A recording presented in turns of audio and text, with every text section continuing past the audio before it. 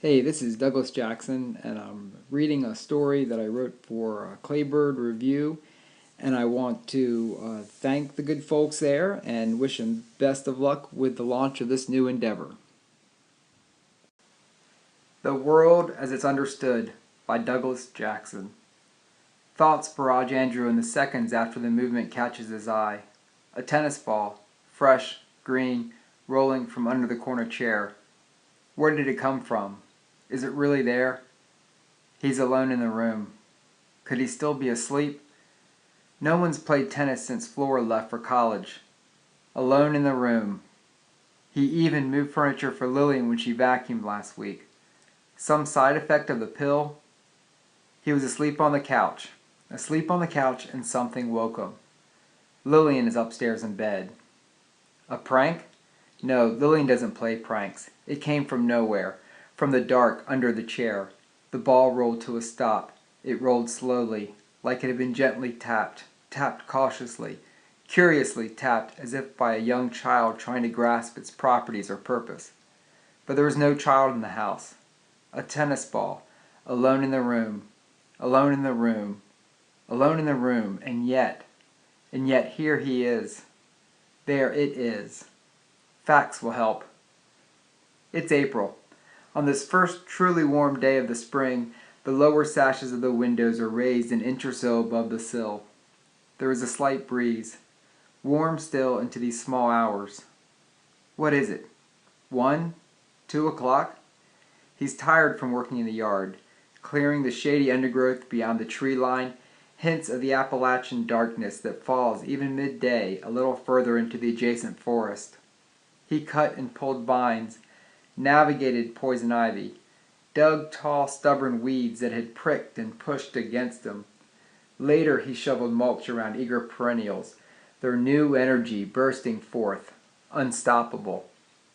Now his limbs lie heavy on the couch cushions, the left arm pinned beneath his weight, needled and pinned beneath his weight. There's another weight, too, on his mind. Not an argument, but either less or more. A general unease that simmers, radiates from his wife across that space between them. It's a strain that he has optimistically ignored in the manner central to his nature, a way of grinning into rain, ignoring the temporary, tense discomfort until it lessens into a permanent state. It's grown in the years, and like the day a crack in the plaster becomes a wall's open wound, this particular moment in their relationship feels critical. It rests upon him now like a sidelong glimpse of himself in the past mirror. The stooped posture acquired over years, now a sudden and regular affront that stings like a slap. A realization. But what woke him? A sound? Did she call him from the bedroom? Did she cry out for him in her sleep? Could the ball have bounced off of the wall, having rolled down the stairs, around the corner and across the room? Inconceivable. Yet he just conceived it, picturing the ball dropping from the top stair, reflected across the high-ceilinged room by the early morning darkness beyond the clerestory windows. It would be simple enough for him to stand up, to go look, to pick up the ball, to check for reality.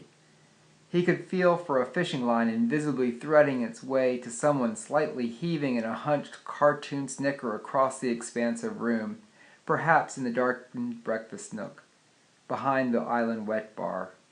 Flora. But Flora is in Mexico, on a final college break with friends, not surprising her stepfather with a tricky visit. The thought echoes that someone could be watching him. Adrenaline, or a thing less easily named, rushes through him. He clenches his fist, pulls them tight against his body, huddling beneath the cotton blanket. He curls into himself a little more. Is that slight shudder of a movement visible to someone, if someone is watching him? Because someone, somewhere, is watching him. He now feels it. There are no ghosts in this house. The house was new, brand new, for this freshly cobbled family. Him and a tired hound, Lillian and her ninth-grade daughter. They took to each other, eventually. and they all became just what was intended in this house with the 3.5 bathrooms, one for each of them, and half a bath, they joked, for Cyrus, the hound. Poor Cyrus, he hated baths. They laughed. The lamp next to the chair where Lillian had been reading still spreads an arc of light across the floor. But did the light just flicker? Dim just a bit? What about the ball? Is it in the same part of that arc of light? Is it moving again? No, it's still there. He'll close his eyes. Perhaps it'll be gone when he opens them.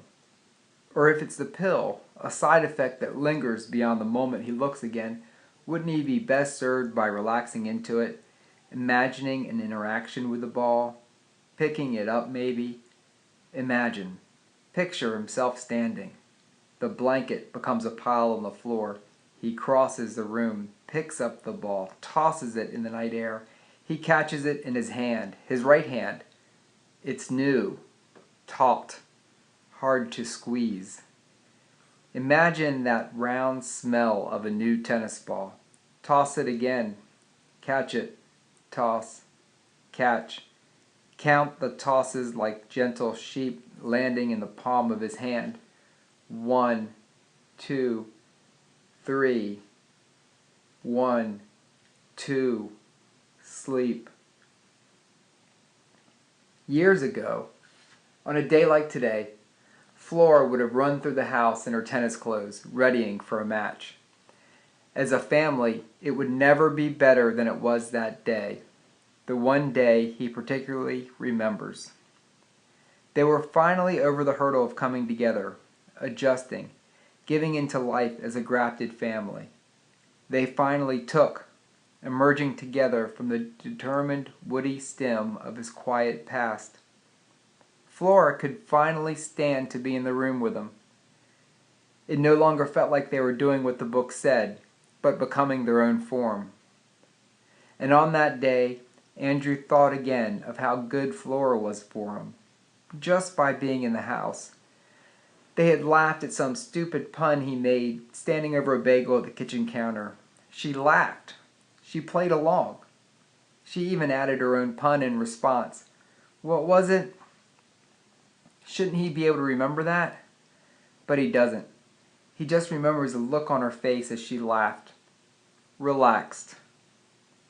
He felt younger in that moment with his stepdaughter, and given the 7 years he had on Lillian, he needed that energy, that youth.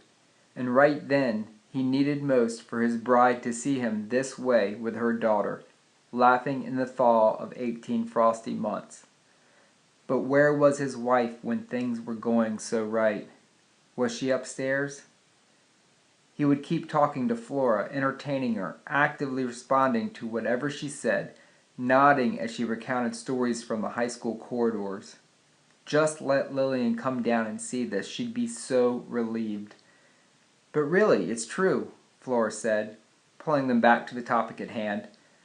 Her eyes widened, eyebrows at an earnest height. Jackie's cousin and some other girls did it at their slumber party. And what happened?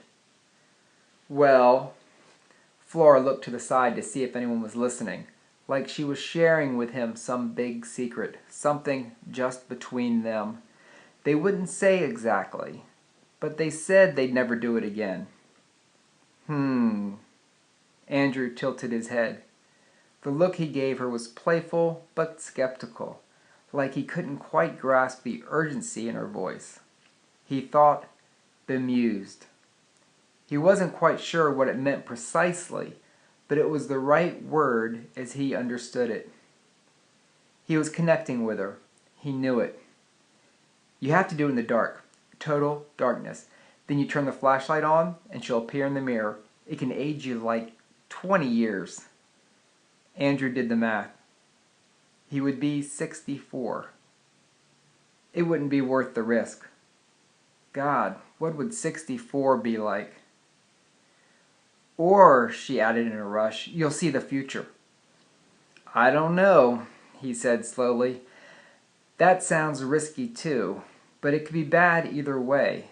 Think about it. Global warming, peak oil, the Bush dynasty continues. He capped the statement by shrugging into a tight smile under widened eyes. Who wants to see that? Flora was in the school's environmental club, but she still had a sense of humor about it. Early on, he identified it as a connection point for them. I know, huh? She said. By the chimes of the mantel clock, it was 10 o'clock on a perfect spring morning. Okay, he said. I'll do it. Are you sure? It'll be scary. She put her hands on his shoulders, overshooting a look of earnestness. Will your heart be able to take it?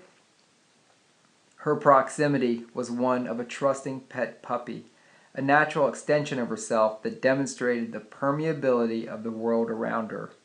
She flowed outward.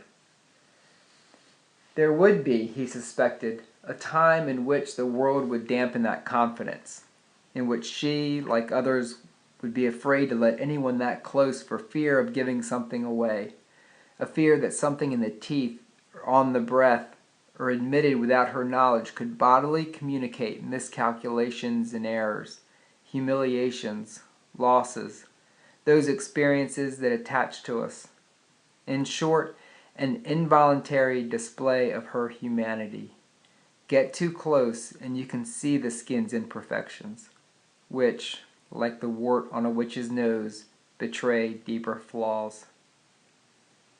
But if Flora could somehow keep that fearlessness, he thought, she could do anything.